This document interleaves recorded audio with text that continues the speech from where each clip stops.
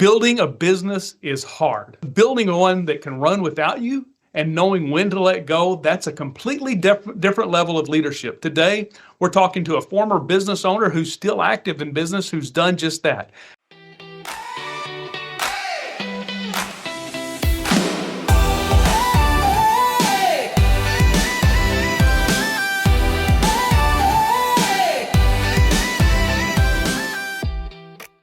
Kelly Henry has built, scaled, and then made the decision to sell. Now he's still working, building businesses, but he also helps leaders do the very same thing to get clarity and purpose.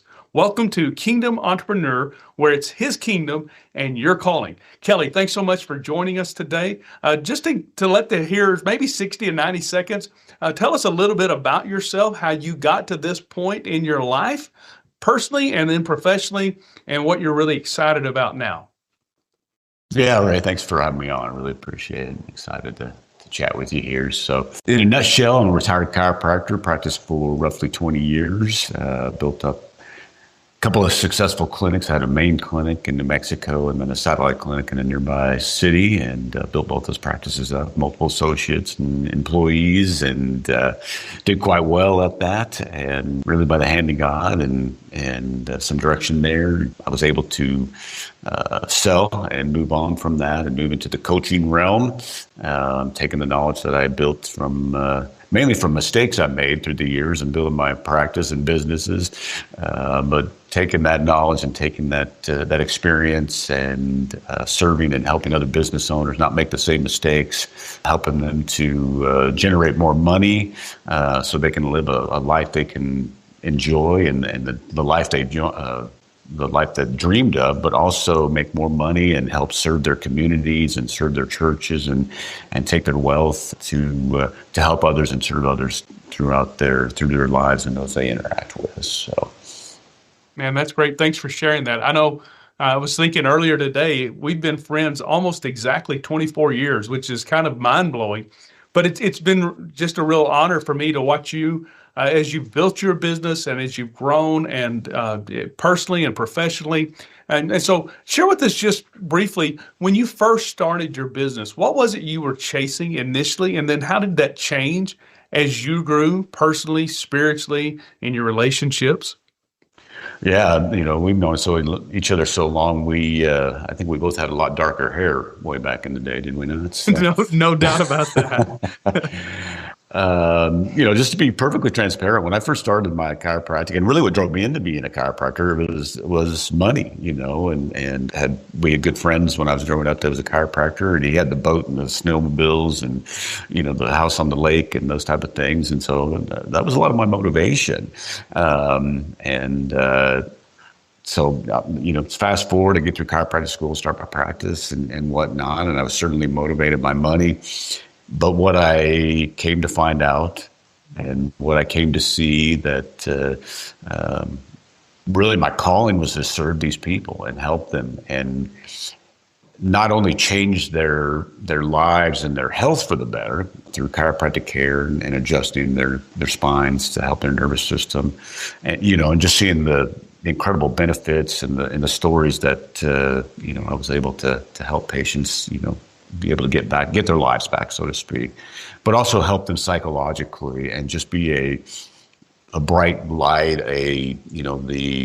the shining moment in their day, if you will, the best part of their day. Now, that's one thing that I was always tell my staff, let's be the best part of these patients' days that they come in and just give them a ray of hope and make them feel good. Because we come to realize that it was, a lot of times we were the only place they were going to get that positivity was coming through my office. So not only could we help them in that regard from their mindset, I could help them from their health and their spinal column and their nervous system.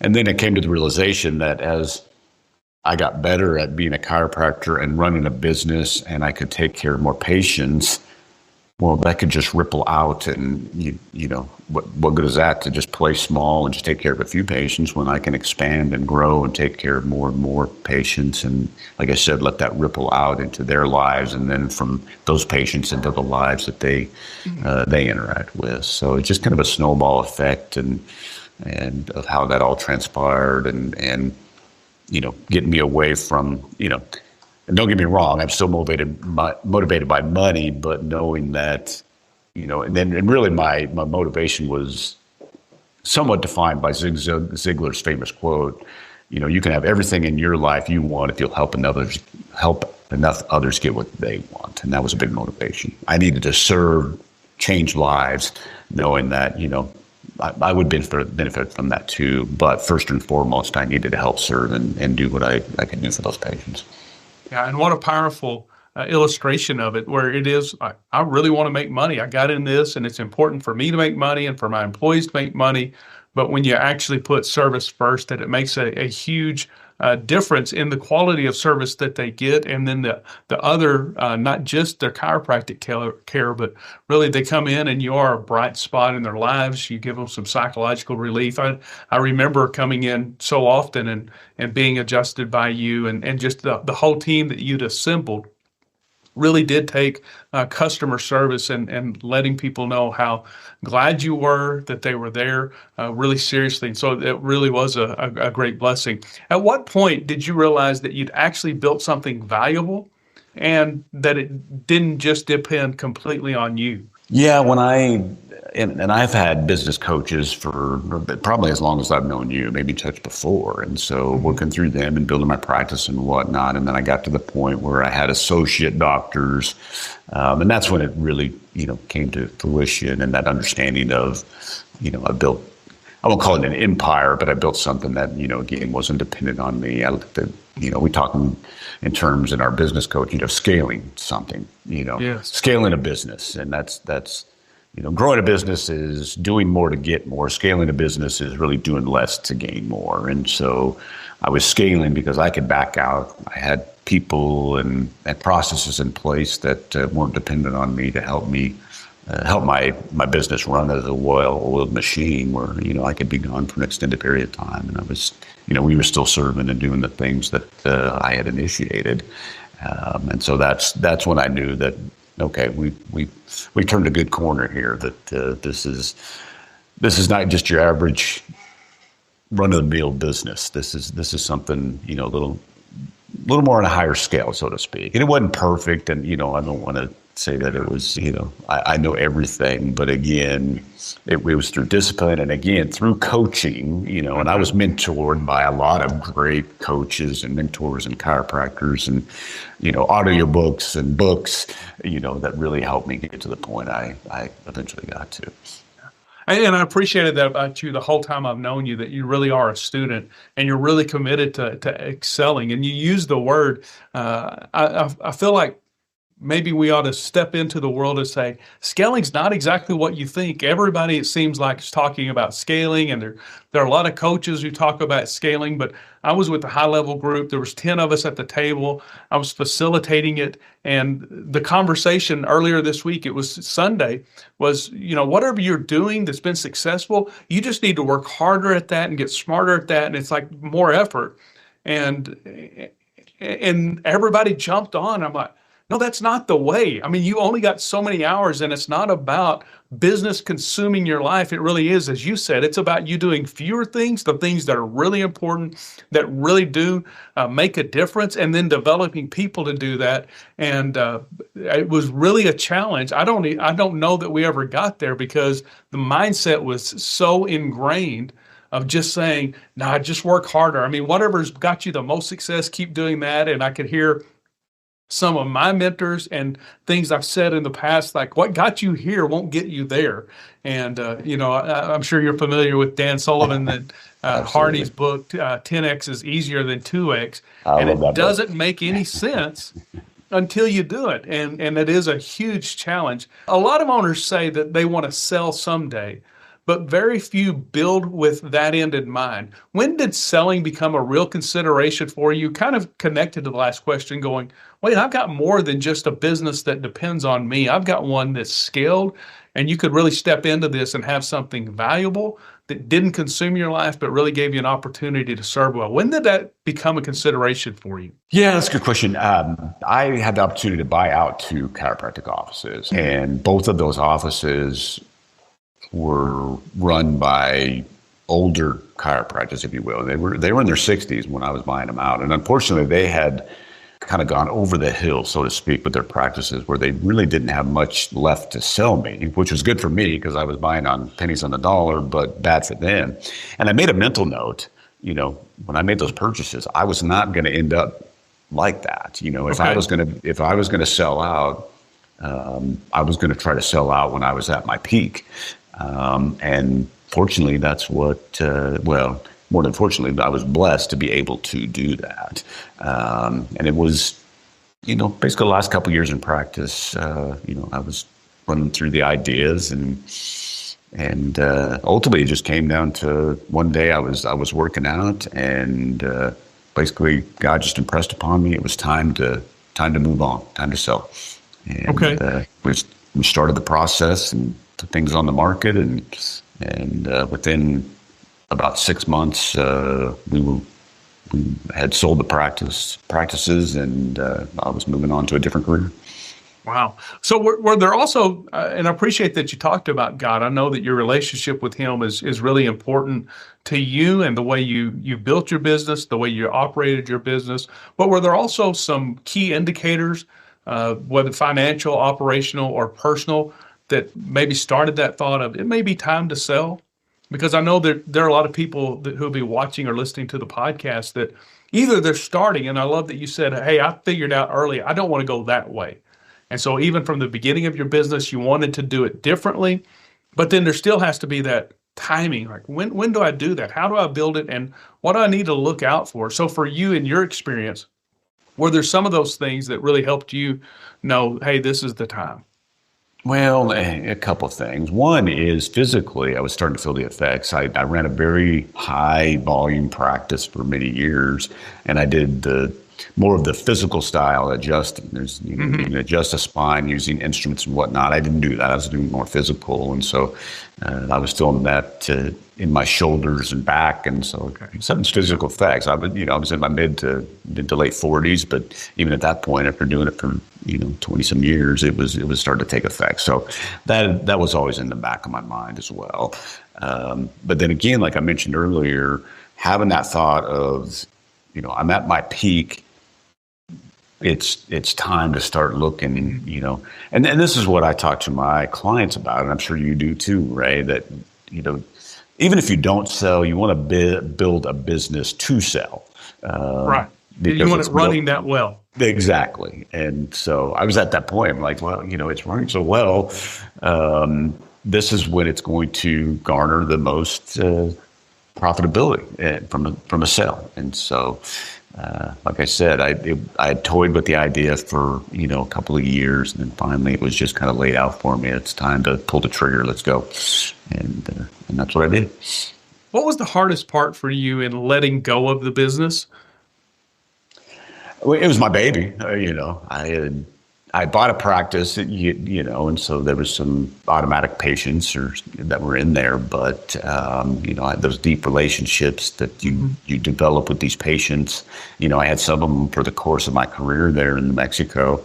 I thoroughly enjoyed being with the patients, joking around with the patients, enjoying them, making them, like I mentioned earlier, making it the best part of their day when they came through my office, and just that interaction. It was tough for my body adjustment, but again, just having that interaction. So that was tough to walk away from all those relationships that I had built up through the years, and that took a little bit of use to. But God blessed me with a great chiropractor who bought me out, great personality, and was able to fill my shoes, so to speak. Everybody's different. Again, sure. It was not a direct relationship, but he very similar to my attitudes and how I approach things. And so he was a tremendous fit to step in and take over where I left off.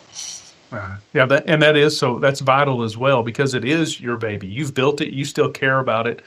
Did you go through any? I've talked to a lot of people who have sold their companies and then went through a season where they just felt like, I don't know who I am or what I'm still here for, because you've been poured so much into your business that it feels like I don't have a purpose anymore. Did you experience any of that? And if you did, how did you deal with that? I did for, it was probably a month or two. I didn't really know what I wanted to do or what I was going to move towards. And, and toward the idea of moving and starting another practice somewhere else. A lot of thoughts through my mind. At that point, I had a business coach, and I brought up the point to her, and she's like, "Man, you should be a coach." And I don't know if it was the same day. It was relatively soon. I was talking to my wife about the same thing. I didn't mention what my coach said, but I just told her, I'm not sure what I want to do. And she said, "You should be a coach." And that kind of, like, well, that's interesting that they both said that. And so I started looking into it. I'm like, yeah, this could be all right for me. I think I can enjoy this and bring some what I learned to others to help them out. And so that's what steered me in that direction to be a coach. But yeah, there was a couple month period there where I was floating and not sure which direction to go. So, all right, thanks for sharing that. And I suspect this has probably changed, but looking back, what do you think the things that you did right in building a business that was actually sellable? What are those things that you think you did really well? Yeah, customer service. And I've written a book on that. It's my foundation. It's my passion. And I really championed that from the get-go. And it wasn't so much to build the practice. It was just the community we were in. Some of the businesses, it just didn't seem to be a priority at all. And I hated that. So I was like, you know what, I'm going to make my practice different. We're not going to be like that. And once I started that and really rolled out the red carpet, so to speak, and saw how my patients loved it and how they were attracted to it, that stimulated my interest in it even more, and just built a reputation of it, but also just studying how to do it better. So that is the one thing that I can point very much directly to and say, we did that really, really well, and I'm very proud of that. Yeah. And it seems to be just an increasing need. Seems like customer service continues to struggle. And so that's one. Now that you've been coaching for quite a few years now, if you could go back, what are the things you would do differently in building your business? The things you've learned since you sold it? Yeah, I wish I would have got into a system a lot earlier. Early on in practice, I talked to different chiropractors, and I had an idea, but it was mix and match, shooting from the hip. Just kind of whatever felt good or whatever I thought might work type of situation. And I did okay, but it wasn't until I was instructed and given a system and then employed that system and stayed with that system that my practice exponentially grew. And that's so important. And then the other thing too, along with that, is just, there's really in any business, you're going to be good at whatever service you provide. I was a good adjuster and I could do the chiropractic and the clinical side, but you just also need to have that business acumen, and you've got to understand that sooner than later. You've got to get a good handle on that. And that even took a little longer than it should have down the years too. So, and it really, I tell clients all the time, you can be somewhat mediocre in your, whatever service you're providing, but if your business acumen is really good, you can run a very strong business, and that's not what I recommend. You want to have both of them. You want to be good at both of them, obviously, but to really understand business and how to run business properly and successfully with that mentality of scaling and building a business that you don't have to be there for, and a well-oiled machine that's to sell. I wish I would have learned that and been dialed into that a little bit sooner. Okay. Yeah. And it is, I think you've probably seen it too. It tends to, a business owner is really good at either doing the job or they like the business part of it, and kind of justify, well, I'm not very good at that, whichever one it is. And so having that and then building a team that's really strong when you're weak.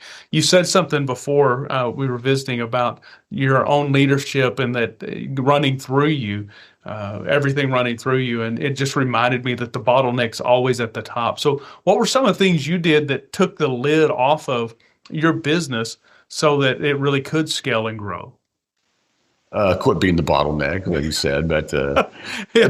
really the key to that was quit being a control freak is really what it amounts to, Hmm. and understanding that the more I control it, the more I have that mentality that I'm the only one that can do this or make the decisions, the less likely I was going to be able to get to the goals that I had set out for myself. So I needed to back off. I needed to be able to delegate. I needed to be able to trust my team. I needed to be able to train my team, develop the culture, hire the right people, all those things that, very successful businesses do. It was certainly a learning curve that I had to go through, but, really the sticking point was quit being a stinking control freak and loosen the reins. Other people can do this as good, if not better, than the things I was doing. Trust them, knowing that doing so is going to better my business. And once I did that, things really accelerated for me.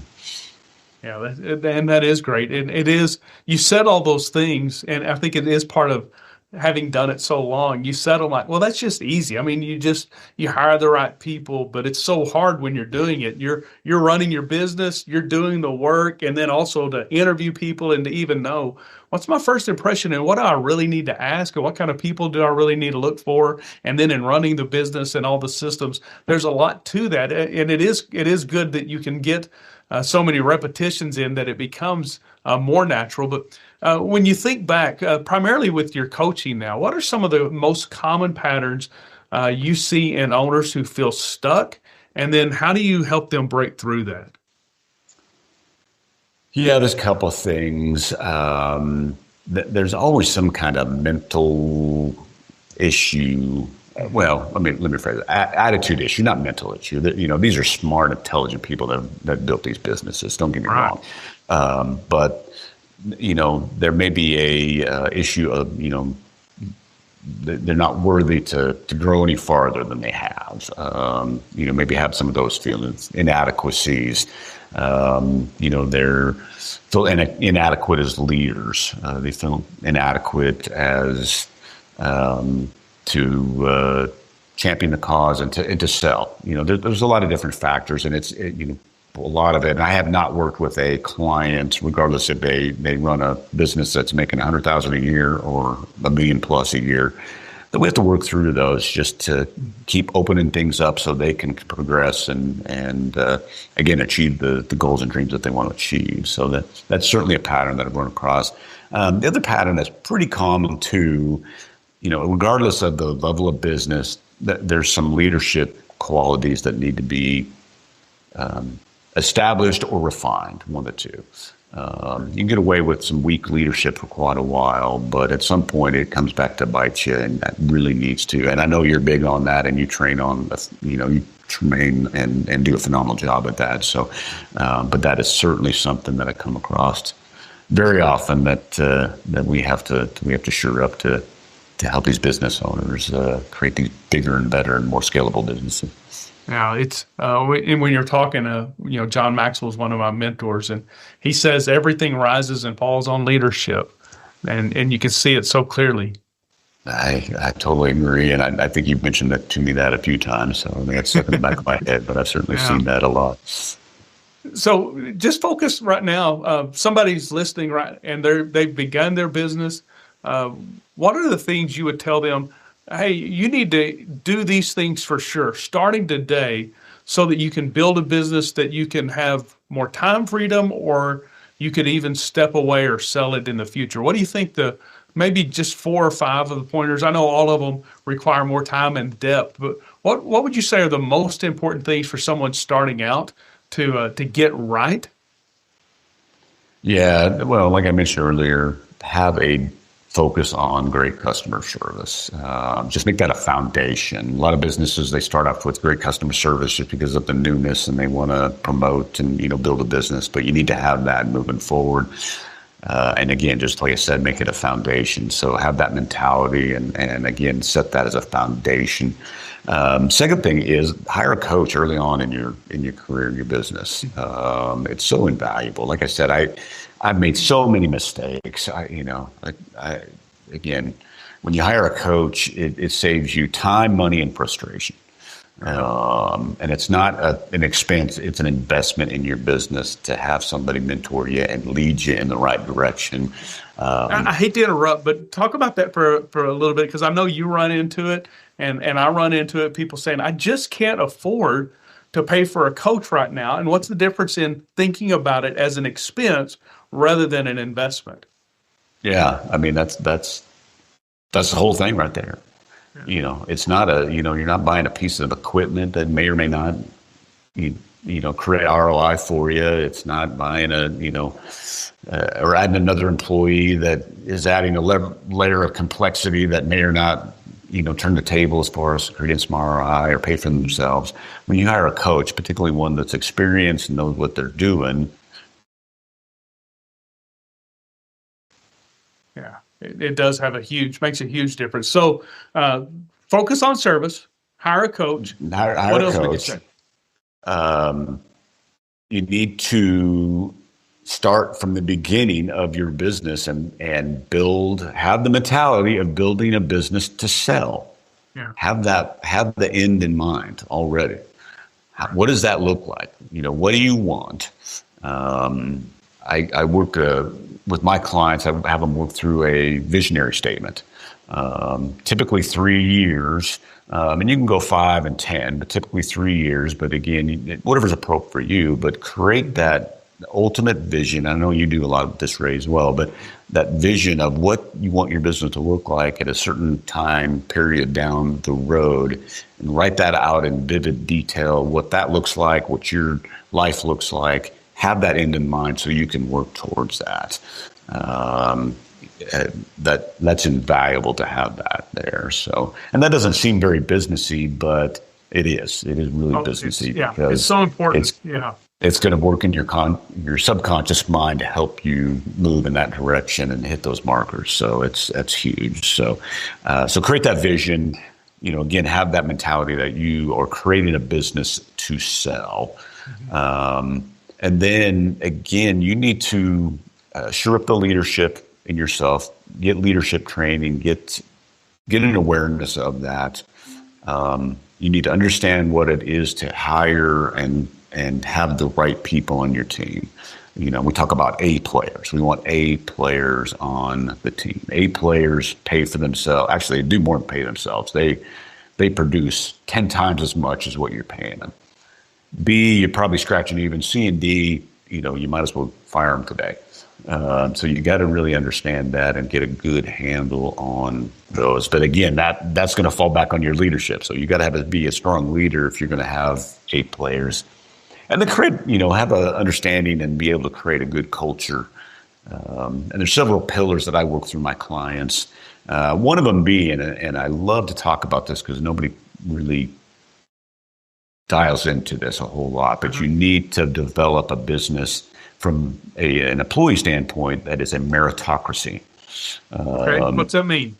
Well, it means that we don't pander to somebody that's been with your business for 10 years, but is doing, is a B player or a C player, while the A player has only been there, a few months. You don't recognize them, you don't promote them. If you're truly wanting to run a profitable business, you're going to promote and keep the A players happy, and you're either going to, eliminate the B, C, D players, or they're going to eliminate themselves. So everything is run on merit. I like to, I talk about sports teams in this analogy. If a coach really wants his football team to win, let's say a college coach, if the freshman comes in who is a phenomenal talent and can, create a scenario where that team has a better chance of winning, but he has a senior quarterback that's been there 4 years, if that coach is really working in meritocracy in that team, he'll play the freshman, knowing that I have a better chance of win than and then it's kind of tough to say that because, we feel for the senior quarterback who's paid his dues and he's done his thing and he's blood, sweat, and tears into that team. But, And it is that team mentality, and it just recognize that it matters and putting the team first. I've found so often that leaders aren't willing to do the hard thing. So Yeah. they cause their business to be stuck. And that's probably one of the clearest right there is either they know what they need to do, stop a product line or a service, start something, or they know there's a person on the team that's just not pulling their weight. And because they've been there a while, going, well, it's okay. And I don't know how many times a week I say, when you see yourself consistently working around somebody on the team or making up for them, covering for them, you've gotta know it's the hard thing, but it's best for the team. And then so often it's actually best for the other person. So here's a few rapid fire questions for you, Kelly. Okay, let's go. Think about, share with our audience one book that's impacted you as a leader and now as a coach more than any other. Ooh, that's a tough question because I've read so many. There's so many great books. I mean, I know one of them's got to be your book. I see it over your shoulder there. I would say that, but this is a good book though. I have read it. It is a good book. The one I always point to. I'm a big Grant Cardone fan. Be obsessed or be average. I love that, his mentality. It resonates with me. And he talks about you can be obsessed in really every area of life. You know, being a great father, you know, husband, you know, church goer, business owner, community leader, whatever the case may be.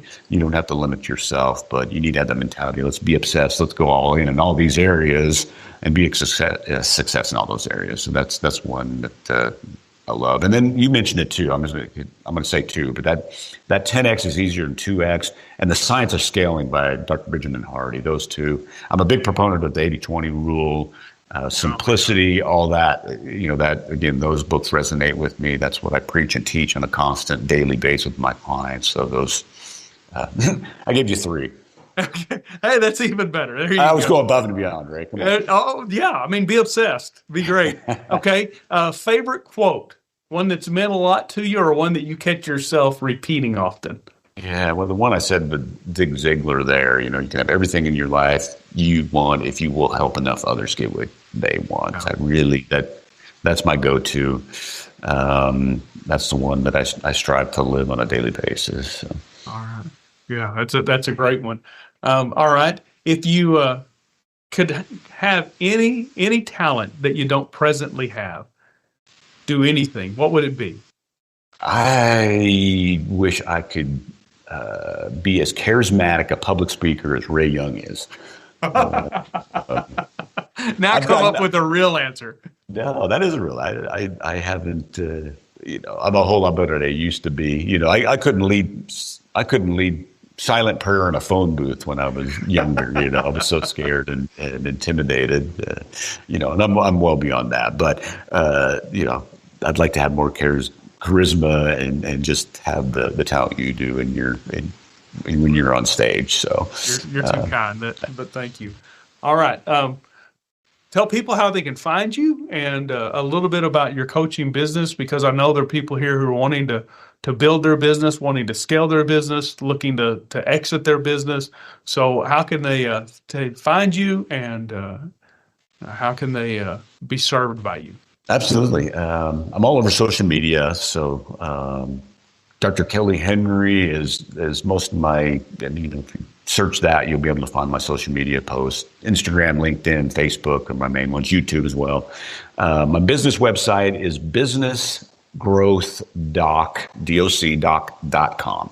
You can find out more about me, what I bring to the table, and even set up a consultation, free consultation, strategy call, if you will, with me. Like I said, it's no charge, free.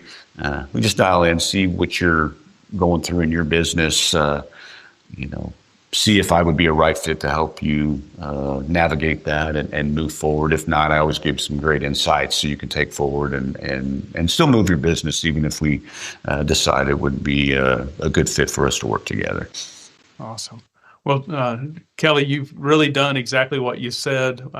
You've served really well today.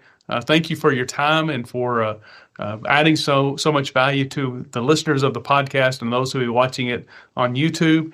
And I want to thank you for joining Kingdom Entrepreneur, and want to encourage all of you that remember, it's His kingdom and it's your calling, and we get to serve Him by serving others, and hope that you all have a great day.